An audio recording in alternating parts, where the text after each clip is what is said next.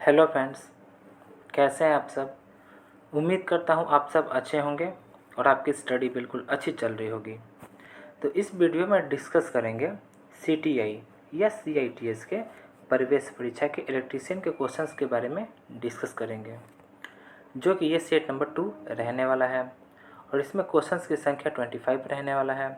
और अगर आप लोगों ने सेट नंबर 1 नहीं देखा है तो जाकर देख सकते हैं, प्लेलिस्ट में इसका वीडियो आपको मिल जाएगा। तो आइए फ्रेंड्स, अब स्टार्ट करते हैं। तो क्वेश्चन में फर्स्ट है, किसी कैपेसिटर का कैपेसिटेंस किसके द्वारा प्रभावित नहीं होता है। तो इसका राइट आंसर हो जाएगा प्लेट की मोटाई, यानी कि किसी कैपेसिटर का कैपेसिटेंस प्लेट की मोटाई के द्वारा प्रभावित नहीं होता है। अब इसी से रिलेटेड कुछ पॉइंट्स को भी देख लेते हैं, जैसे कि इसका पहला पॉइंट है, कैपेसिटर को कंडेंसर भी कहते हैं। इसका दूसरा पॉइंट है, कैपेसिटर्स एनर्जी स्टोर डिवाइस होते हैं जिससे खास तौर से इस्तेमाल जैसे कि टेलीविज़न, रेडियो और दूसरे प्रकार के इलेक्ट्रॉनिक इक्विपमेंट्स में किया जाता है। नेक्स्ट क्वेश्चन है, क्वेश्चन नंबर सेकंड, एक खुले परिपथ का प्रतिरोध होता है।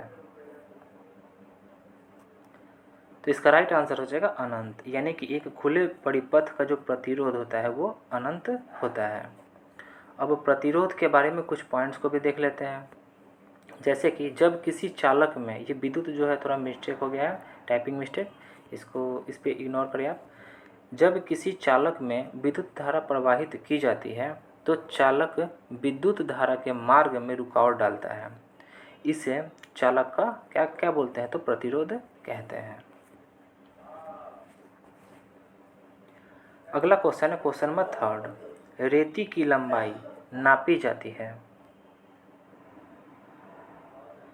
तो इसका राइट आंसर हो जाएगा छोर से हील तक, यानी कि पॉइंट से लेकर हील तक की जो लेंथ जो होती है वो ये जो रेती जो होती है, यानी कि जो फाइल होता है उसका एक्चुअल लेंथ होता है, यानी कि वही उसकी लंबाई होती है।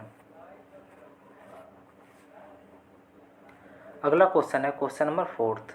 तो क्वेश्चन फोर्थ है, विद्युत लेपन यानी कि इलेक्ट्रोप्लेटिंग, इलेक्ट्रोप्लेटिंग में धनात्मक इलेक्ट्रोड कहलाता है। तो इसका राइट आंसर हो जाएगा एनोड, यानी कि इलेक्ट्रो जो प्लेटिंग जो होता है उसमें जो धनात्मक इलेक्ट्रोड है उसको क्या कहते हैं, तो उसे एनोड कहते हैं, वो एनोड कहलाता है। नेक्स्ट क्वेश्चन है क्वेश्चन नंबर 5, एमसीबी का पूरा नाम, यानी कि आपको फुल फॉर्म बताना है कि ये जो एमसीबी है इसका फुल फॉर्म क्या होता है। तो इसका राइट आंसर हो जाएगा मिनिएचर सर्किट ब्रेकर्स। इसका क्या फुल फॉर्म होता है, तो मिनिएचर सर्किट ब्रेकर्स होता है किसका, तो एमसीबी का फुल फॉर्म। अब एमसीबी के बारे में कुछ पॉइंट्स को देख लेते हैं, जैसे कि जो एमसीबी है यह क्या है, तो सर्किट ब्रेकर भी कहते हैं इसे। इसका नेक्स्ट पॉइंट क्या है, तो आरसीसीबी का फुल फॉर्म क्या होता है, तो रेसिड्यूल करंट सर्किट ब्रेकर, इसका फुल फॉर्म होता है किसका, तो आरसीसीबी का। ये भी इम्पोर्टेंट है, इसको आप रट लें। अगला क्वेश्चन देख लेते हैं क्वेश्चन नंबर 6, चुंबकीय बल रेखाएं चुंबक को बाहर चलती हुई प्रतीत होती है। तो इसका राइट आंसर हो जाएगा उत्तर से दक्षिण, यानी कि चुंबकीय बल रेखाएं चुंबक को बाहर चलती हुई प्रतीत कैसे होती हैं, तो कैसी होती हैं, तो उत्तर से दक्षिण की तरफ होती है। अगला क्वेश्चन है क्वेश्चन नंबर 7, ओम्स का नियम। तो इसका राइट आंसर हो जाएगा फैराडे का विद्युत चुंबकीय प्रेरण, यही क्या है, तो ओम्स का नियम है। अगला क्वेश्चन है क्वेश्चन नंबर 8, एम्पलीफायर द्वारा प्राप्त की गई पावर के लाभ को आमतौर पर किसमें व्यक्त किया जाता है। तो इसका राइट आंसर हो जाएगा डेसिबल में, और डेसिबल को किसी से सूचित करते हैं तो डीबी से लिखते हैं इसे। अगला क्वेश्चन है क्वेश्चन नंबर 9, बहुमापी यानी कि मल्टीमीटर में होता है।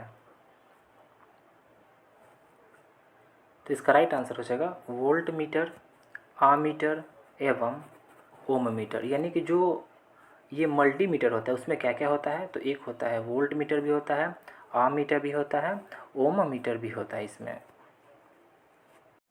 नेक्स्ट क्वेश्चन है क्वेश्चन नंबर 10, ट्रांसफार्मर कार्य करता है। तो इसका राइट आंसर हो जाएगा एसी। और ये जो एसी है इसका फुल फॉर्म क्या होता है, तो इसका फुल फॉर्म होता है अल्टरनेटिंग करंट। इसका फुल फॉर्म होता है किसका, तो एसी का। अब अगला क्वेश्चन देखते हैं क्वेश्चन नंबर 11, सोल्डरिंग आयरन की बीट किस धातु की होती है। तो इसका राइट आंसर हो जाएगा तांबा। यानी कि सोल्डरिंग आयरन की जो बीट होती है वो तांबा की होती है। अब तांबा से रिलेटेड कुछ पॉइंट्स को देख लेते हैं, जैसे कि तांबा यानी कि कॉपर, यानी तांबा को ही कॉपर बोलते हैं। तो इसका सिंबल क्या होता है, तो जो तांबा होता है यानी कि जो कॉपर होता है उसका सिंबल होता है Cu, यानी कैपिटल C और स्मॉल u इसका सिंबल होता है। और इसका एटॉमिक नंबर कितना होता है, तो तांबा का एटॉमिक नंबर 29 होता है। अगला क्वेश्चन है क्वेश्चन नंबर 12, कुंडली का वह अंश जो स्टेटर क्रोड से बाहर रहता है कहलाता है।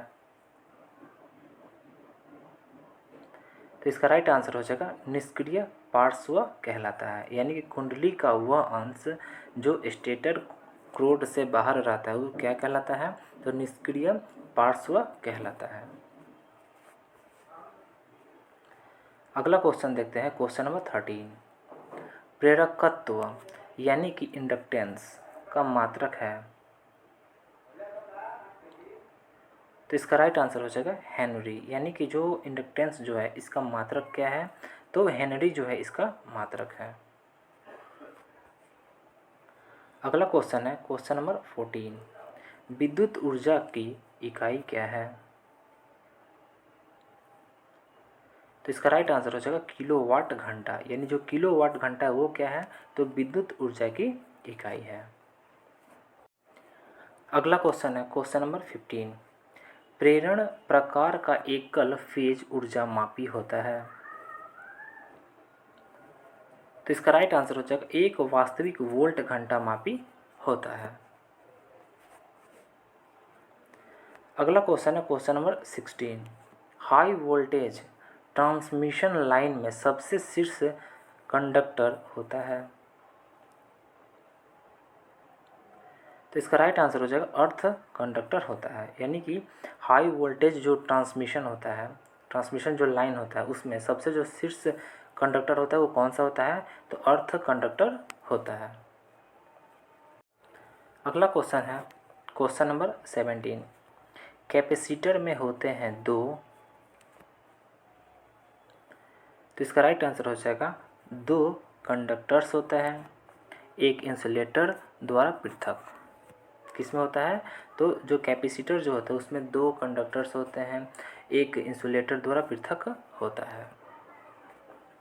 अब अगला क्वेश्चन देख लेते हैं, तो क्वेश्चन नंबर 18, परिपथ में कौन विद्युत धारा के बदलाव को रोकता है। तो इसका राइट आंसर हो जाएगा रेजिस्टर। यानी कि जो रेजिस्टर होता है वो क्या करता है, तो परिपथ में जो विद्युत जो धारा होता है उसके बदलाव को क्या करता है, तो रोकता है।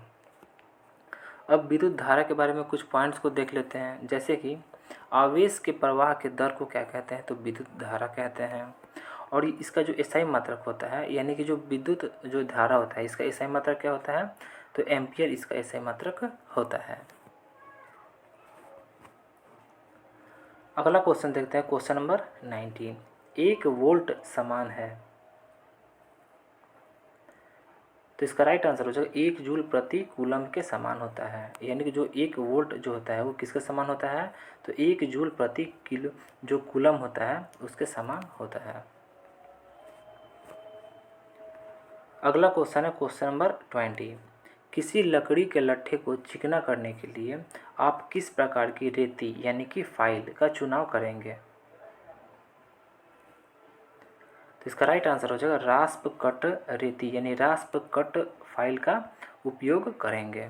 किस लिए, तो किसी लकड़ी के लट्ठे को चिकना करने के लिए। अगला क्वेश्चन है क्वेश्चन नंबर 21, ट्रांसफार्मर परिवर्तित करता है। तो इसका राइट आंसर हो जाएगा वोल्टेज, यानी जो ट्रांसफार्मर जो होता है वो किस चीज़ को परिवर्तित करता है, तो वोल्टेज को परिवर्तित करता है। अब ट्रांसफार्मर के बारे में कुछ पॉइंट्स को देख लेते हैं, जैसे कि यह एक वैद्युत मशीन होता है। इसका दूसरा क्या पॉइंट है, इसमें कोई चलने या घूमने वाली अवयव नहीं होता है, किसमें, तो ट्रांसफार्मर में। नेक्स्ट क्वेश्चन है क्वेश्चन नंबर 22, बिजली घरों में किस भंडारण बैटरी का साधारणतः प्रयोग किया जाता है।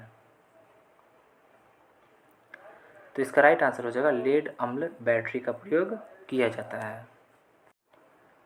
अगला क्वेश्चन है क्वेश्चन नंबर 23, हथौड़े का आकार इसके विवरण द्वारा दिया जाता है, यानी किसके विवरण के द्वारा दिया जाता है। तो इसका राइट आंसर हो जाएगा हथौड़े के भार के विवरण के द्वारा जो हथौड़े का जो आकार है वो दिया जाता है। अगला क्वेश्चन है क्वेश्चन नंबर 24, एक नए थर्मोस्टेट का प्रतिरोध होना चाहिए। तो इसका राइट आंसर हो जाएगा किलो ओम में, यानी कि एक नए थर्मोस्टेट का जो प्रतिरोध जो होना चाहिए वो किलो ओम में होना चाहिए। अगला क्वेश्चन है क्वेश्चन नंबर 25, सोल्डरिंग आयरन का एलिमेंट होता है। तो इसका राइट आंसर हो जाएगा नाइक्रोम, यानी कि जो सोल्डरिंग जो आयरन जो होता है उसका एलिमेंट क्या होता है, तो नाइक्रोम होता है। तो फ्रेंड्स आज के लिए इतना ही। वीडियो कैसा लगा, अगर आपको वीडियो अच्छा लगा हो तो वीडियो को लाइक करें, चैनल को सब्सक्राइब करें और बेल आइकन को दबाएं ताकि नोटिफिकेशन आपको टाइम से मिल सके। और अगर आपको इस वीडियो का PDF चाहिए तो आप हमारे टेलीग्राम को ज्वाइन कर सकते हैं। टेलीग्राम का लिंक डिस्क्रिप्शन में दिया है, वहाँ से जाकर ज्वाइन कर सकते हैं। Thanks for watching.